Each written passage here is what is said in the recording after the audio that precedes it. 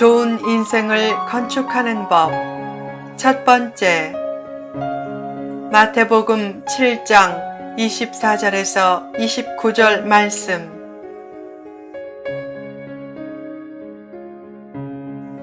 좋은 인생을 건축하는 법. 집을 지을 때 가장 중요한 것은 기초다. 신앙생활에서도 기초가 중요하다. 신앙 건축은 집 건축과 유사하다. 집이 필수품이듯이 신앙도 필수적이다. 어떤 사람은 말한다. 종교는 있는 게 좋아. 교회에 나가면 마음이 편해져. 주일에 예배드리고 골프 치면 공도 잘 맞아. 그러나 신앙생활을 취미로 여기지 말고 절대 가치로 여기라. 사람은 병들고 죽는 존재이기에 신앙 문제는 인생의 가장 중요한 문제다. 그래서 무신론자도 신과 종교의 필요성을 무의식 중에 노출할 때가 많다. 오래전 미국 무신론협회 회장이 공립학교에서의 기도 금지 소송을 냈다. 그 재판에서 질 줄 알았는데 의외로 이기자 너무 좋아서 법정에서 소리쳤다. 오 마이 갓! 그때 뉴스에 이렇게 보도되었다. 무신론자가 승리에 대한 감사를 하나님께 돌렸다. 무신론자들이 신이 없다고 주장하지만 그들의 마음 깊은 곳에도 버릴 수 없는 신의식이 있다. 사람은 하나님이 없으면 살 수 없는 존재다.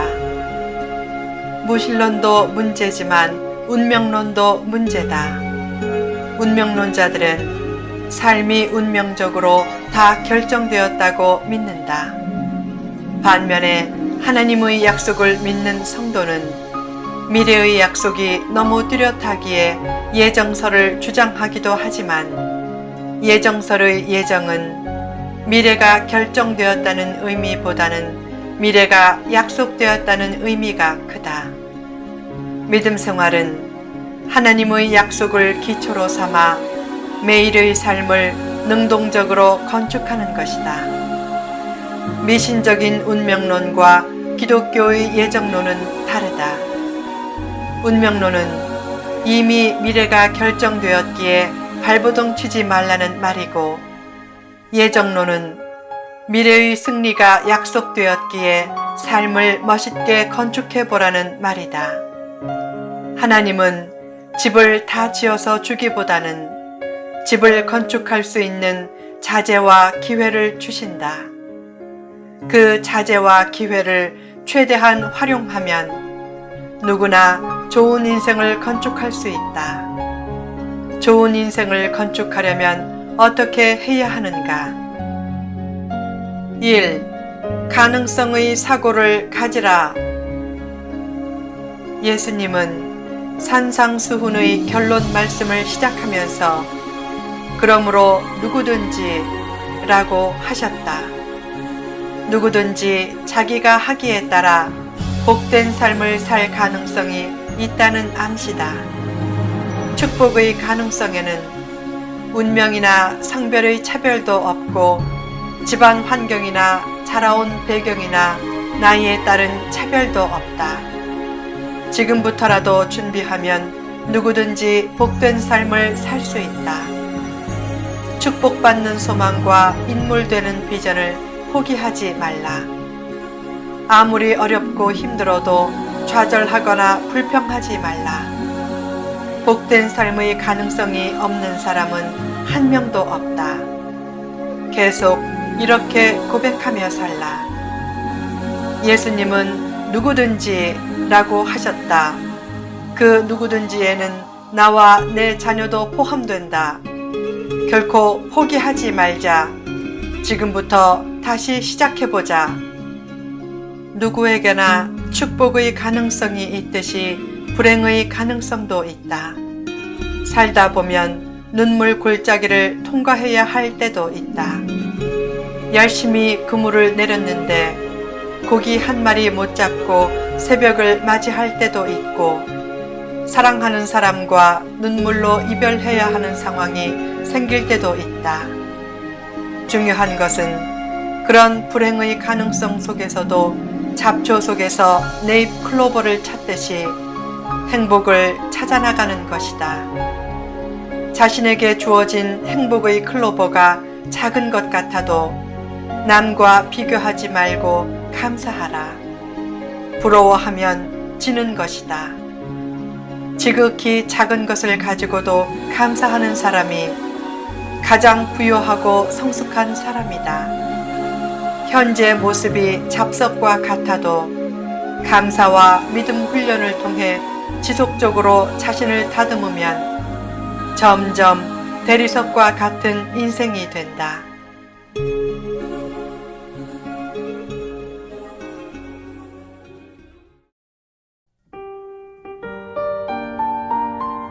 2. 산상수훈의 말씀대로 살라. 누구든지 축복 가능성은 있지만 누구든지 다 축복받는 것은 아니다. 누가 축복받는가? 예수님의 산상수훈의 말씀을 듣고 행하는 자다. 지금 강단과 TV에서 홍수처럼 흘러나오는 말씀 중에는 산상수훈의 원리와는 전혀 동떨어진 이런 말씀들이 많다. 예수 이름으로 복받습니다. 예수 이름으로 낫습니다. 예수 이름으로 사탄이 물러갑니다. 하나님을 목적으로 삼고 잘 믿으면 복을 받는다는 믿음은 필요하지만, 복을 목적으로 삼고 하나님과 예수님의 이름을 이용하는 기복주의는 복 대신에 오히려 고난을 가져다 줄 때가 많다. 부자가 가장 환멸을 느끼는 사람은 돈을 노리고 친한 척하며 접근하는 사람이다. 부모조차도 자식이 돈을 노리고 효도하면 싫은 법이다. 왜 기복주의자는 복에 집착해도 복을 받지 못하는가? 하나님을 이용해 복을 얻으려는 불순한 마음 때문이다. 수험생을 위한 40일 특별 새벽기도회와 같은 집회는 신앙을 왜곡시킬 때가 많다. 사람들은 입시 기도를 하면서 실력 이상의 점수를 기대한다. 기대치가 올라가니까 점수가 평소 실력보다 약간만 잘 나오거나 실력 정도만 나와도 실망한다. 게다가 점수가 못 나오면 시험에 들어서 시험을 위한 기도가 시험에 드는 기도가 될 때가 많다. 물론 이렇게 바르게 기도하면 된다.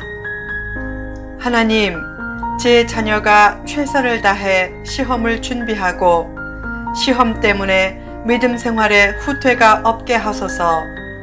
시험 전날에는 편안한 잠을 주시고 시험 당일에는 평안을 주셔서 제 실력을 발휘하게 하소서. 그러나 시험 결과가 나빠도 인생이 한 번의 시험으로 결정되는 것이 아님을 알고 결코 실망하지 않게 하소서. 그러나 입시 기도회에서 누가 그렇게 기도하는가? 대부분 기적적으로 점수가 잘 나오기를 기도한다. 입시에서 대략 5% 정도는 기대 이상으로 점수가 잘 나오고 20% 정도는 기대치에 가깝게 나온다. 그러나 사람들은 대개 실력보다 더 높은 점수를 기대하기에 결국 자기 기대치에 못 미치는 결과를 얻는 사람이 80%는 된다. 그들은 시험을 못 쳤다고 여기니까 결국 수험생을 위한 특별 기도회는 대략 80%를 시험 들게 하는 기도회가 될 때가 많다. 입시철에는 오히려 이렇게 기도해야 한다. 하나님, 입시 과열 현상이 진정되어 참된 복이 무엇인지 깨닫고 교인들이 시험으로 시험들지 않게 하소서. 기복주의는 복을 더 못 받게 만든다. 합격에 집착하면 더 합격하지 못하고 치유에 집착하면 더 치유받지 못한다. 반면에 합격과 치유를 잊을 정도로 하나님의 뜻과 영광에 집중하면 오히려 합격과 치유의 은혜를 더 입는다. 3. 시험을 믿음으로 극복하라. 반석 위의 집과 모래 위의 집의 차이에 관한 말씀은 산상수훈의 말씀대로 사는 복된 신자와 그렇지 않은 기복신자의 차이에 관한 말씀이다. 복된 신자와 기복신자에게 주어지는 시련의 가능성은 같지만 시련에 대한 반응과 결과는 큰 차이가 난다. 복된 신자는 고난의 비바람이 인생의 집에 부딪혀도 그 집이 무너지지 않아서 마치 고난이 적은 것처럼 보이지만 기복신자는 고난의 비바람이 인생의 집에 부딪히면 그 집이 무너지면서 마치 고난이 많은 것처럼 보인다. 기복주의자와 참된 신자의 겉모습은 별 차이가 없다. 때로 기복주의자가 더 주여 주여 하고 더 선지자처럼 행동하고 더 귀신을 쫓아내는 행위를 하고 더 주의 이름으로 능력을 행하지만 예수님은 그들을 불의하게 보시고 물리치셨다. 하나님은 외적인 능력 과시를 아주 싫어하신다. 결국 기복주의자의 능력 지표에 가는 것은 가장 복을 못 받는 길이다. 기적적이고 화려한 신앙 열매는 적어도 신앙의 기초만은 바로 세우라. 기적 중심적인 신앙은 기적을 더 멀어지게 한다. 혹시 기적을 체험해도 그 다음에 영혼을 망치게 된다. 사탄도 기적을 줄 수 있다. 그래서 기적으로 예수님까지 유혹했다. 그것이 기적 중심적인 신앙의 위험성을 잘 말해준다. 더 나아가 기적에 집착하면 영혼이 심각하게 망가진다. 차라리 십자가를 지고 죽는 것이 기복주의에 빠지는 것보다 훨씬 유익이다. 후편에 계속됩니다.